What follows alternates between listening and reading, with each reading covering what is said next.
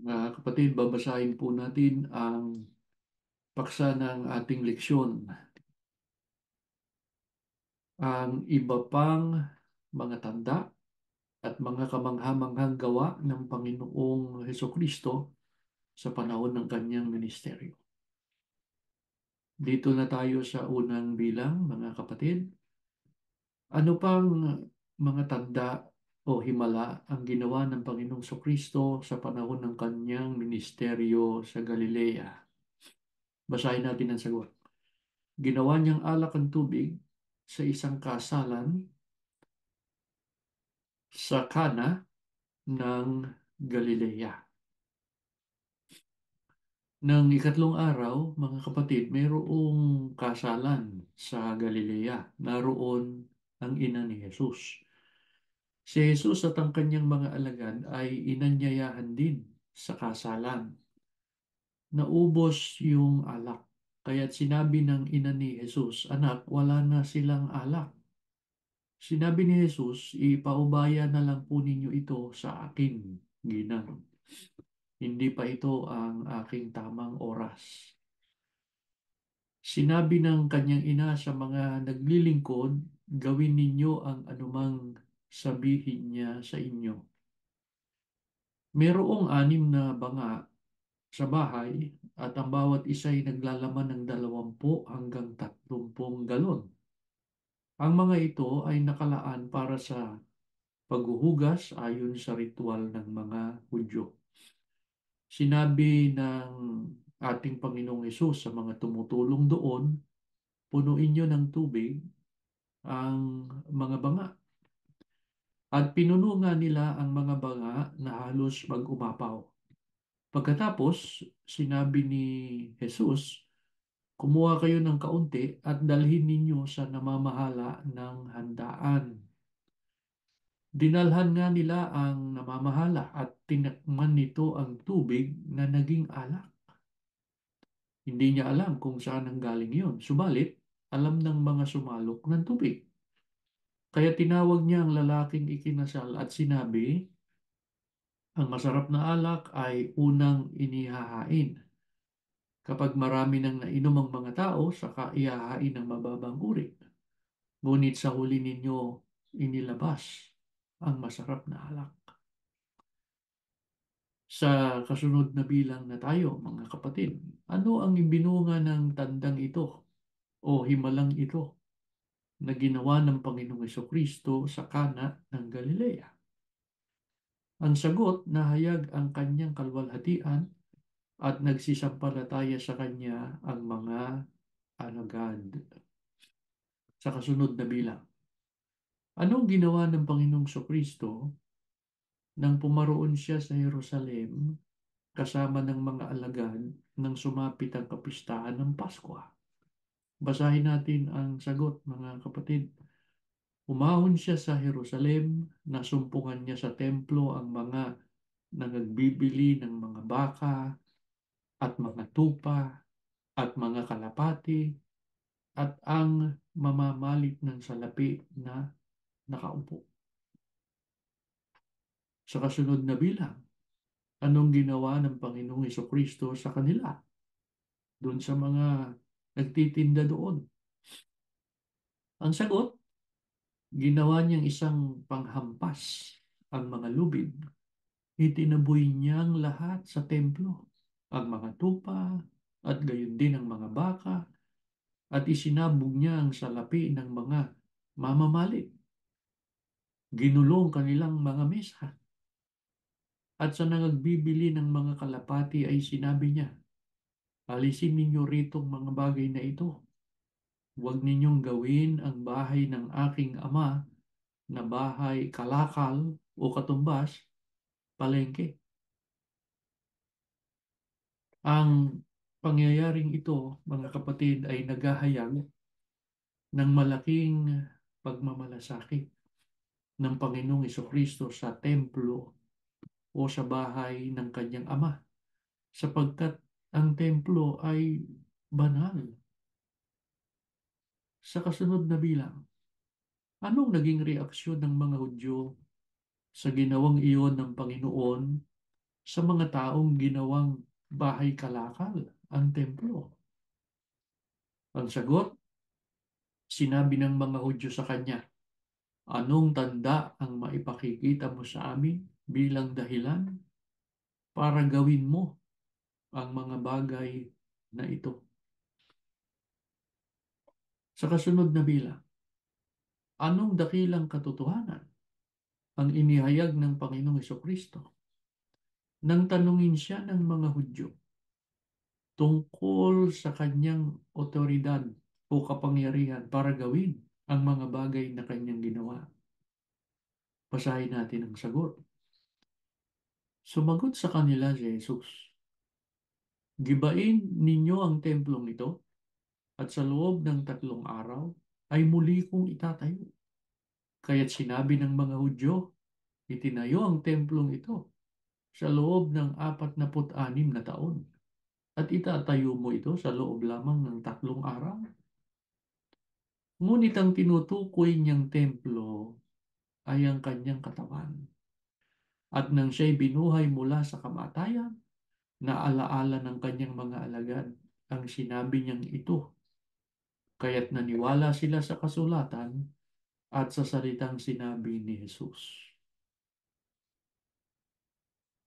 Sa kasunod na bilang na tayo, mga kapatid, saan tumungo ang Panginoong kasama ng kanyang mga alagad pagkatapos ng pista ng Paskwa at anong ginawa niya doon?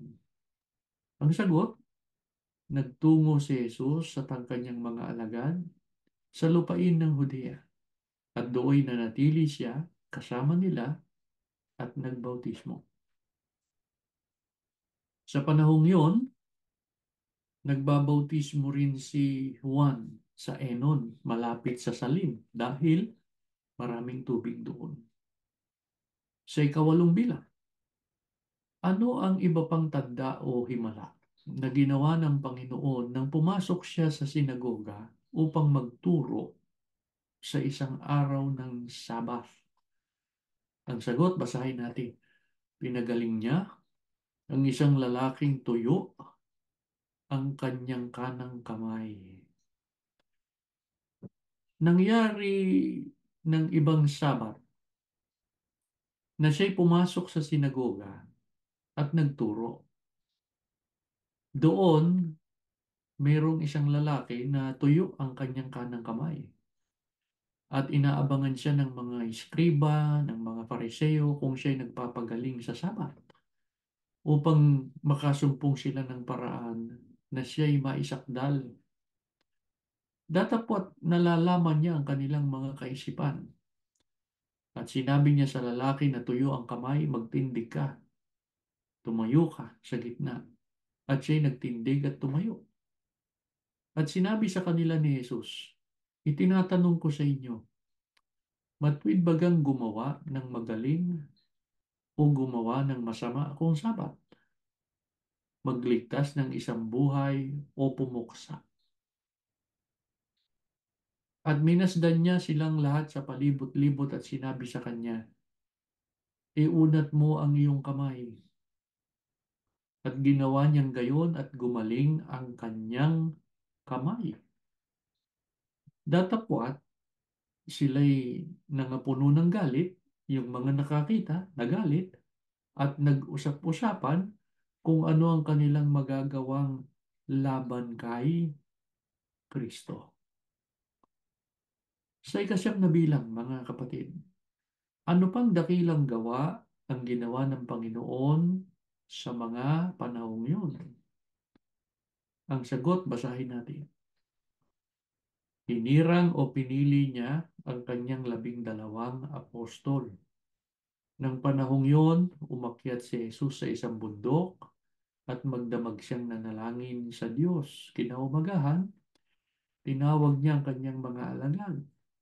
Mula sa kanila, pumili siya ng 12 na tinatawag niyang mga apostol. Sila ay sina Simon, na pinangalan ng Pedro, si Andres, na kapatid nito, sina Santiago, Juan, Felipe, Bartolome, na tinatawag ding Nathaniel, Mateo, Tomas, Santiago na anak ni Alfeo, si Simon na makabayan, si Judas na anak ni Santiago, at si Judas Iscariote na naging taksil. Sa kasunod na bilang, ano ang sumunod na pangyayari pagkatapos na mapili ng Panginoon ang kanyang 12 mga apostol? Ang sagot, nagpagaling siya sa lubhang maraming taong buhat sa Judea, Jerusalem, at mga bayan sa baybaying dagat ng Tiro at Sidon. Sa mga tuwid, kung inyong mapapansin, maraming pinagaling na may sakit ang ating Panginoong Hesukristo. Pagbaba ni Jesus kasama ang mga apostol, nadatnan nila ang isang patag na lugar. Ang marami sa kanyang mga alagad kasama ang napakaraming tao sa Judea at mga bayan ng baybaying dagat ng Tiro at Sidon. Pumaroon sila upang makinig at mapagaling sa kanilang mga sakit. Pinagaling nga sila ni Jesus, pati na rin ang mga pinahihirapan ng masasamang espiritu. Sinisikap ng lahat ng may sakit na makahawak man lang sa kanya sapagkat may kapangyarihang nanggagaling sa kanya na nagpapagaling sa lahat. Sa kasunod na bilang na tayo mga kapatid, pagkatapos ng mahimalang pagpapagaling sa lubhang maraming mga tao, ano ang dakilang katotohanan ang itinuro ng Panginoong Kristo sa kanyang mga alagad? Basahin natin ang sagot. Itinuro niya kung sino ang magiging mapalad. At pagkakita sa mga karamihan ay umahon siya sa bundok. At pagkaupo niya, nagsilapit sa kanyang mga alagad at binuka niya ang kanyang bibig at tinuruan sila na sinasabi, mapapalad ang mga mapagpakumbabang loob sapagkat kanila ang kaharian ng langit. Mapapalad ang nangahahapis sapagkat sila'y aaliwin. Mapapalad ang maaamo sapagkat mamanahin nila ang lupa. Mapapalad ang nagugutom, nauuhaw sa katwiran sapagkat sila'y bubusugin. Mapapalad ang mga mahabagin sapagkat sila'y kahahabagan. Mapapalad ang mga may malinis na puso sapagkat makikita nila ang Diyos. Mapapalad ang mga mapagpayapa sapagkat sila'y tatawaging mga anak ng Diyos. Mapapalad ang mga pinag-uusig dahil sa katwiran sapagkat sa kanila ang kaharian ng langit. Mapapalad kayo pagka kayo'y inaalimura at kayo'y pinag-uusig at kayo'y pinagwiwikaan ng sari-saring masama na pawang kasinungalingan dahil sa akin. Mangagala kayo, mangagsayang totoo, sapagkat malaki ang ganti sa inyo sa langit. Sapagkat gayon din ang kanilang pagkausig sa mga propeta na nangauna sa inyo. Sa pamamagitan ng mabiyaya at makapangyarihang pangangaral ng Panginoong Kristo sa panahon ng kanyang ministeryo dito sa lupa ay nahayag ang kapangyarihan at kapamahalaang kaloob ng Diyos sa kanya. Ang mga tumanggap at sumampalataya sa kanya naging mapalad hindi lamang sa buhay na ito kundi sa buhay na darating. Sapagkat sa kanila ang kaharian ng langit. Yan ang ating leksyon, mga kapatid. At bago tayo manalangin, ay basahin natin muli ang paksa ng ating tinalakay. Ang iba pang mga tanda at mga kamanghamanghang gawa ng Panginoong Hesukristo sa panahon ng kanyang ministeryo. Tumayo po kayo at tayo ay mananalangin. Ama namin Diyos, Buong puso kaming nagpapasalamat ng marami sa iyo. Niloob mo, matupad pa namin ang aming banal na sagutin na ito ay ang pagsamba at pagpupuri sa iyo. Tumanggap kami ng iyong mga aral, maawa ka na ang iyong mga salita manatiling nakatanim sa aming puso, sa aming isip. Dito namin ibatay ang aming buhay at pamumuhay, magdulot ng kalwalhatian sa iyo. Patuloy mo pong basbasan ang aming mga kapatid, ang kanilang sambahayan. Pagpalain mo na rin po ang ikinabubuhay nila. Nawa po anumang pag-uusig ang kanilang pagdaanan, mamalagi silang maalam sa kanilang pananampalataya, masigla sa mga pagsamba sa iyo.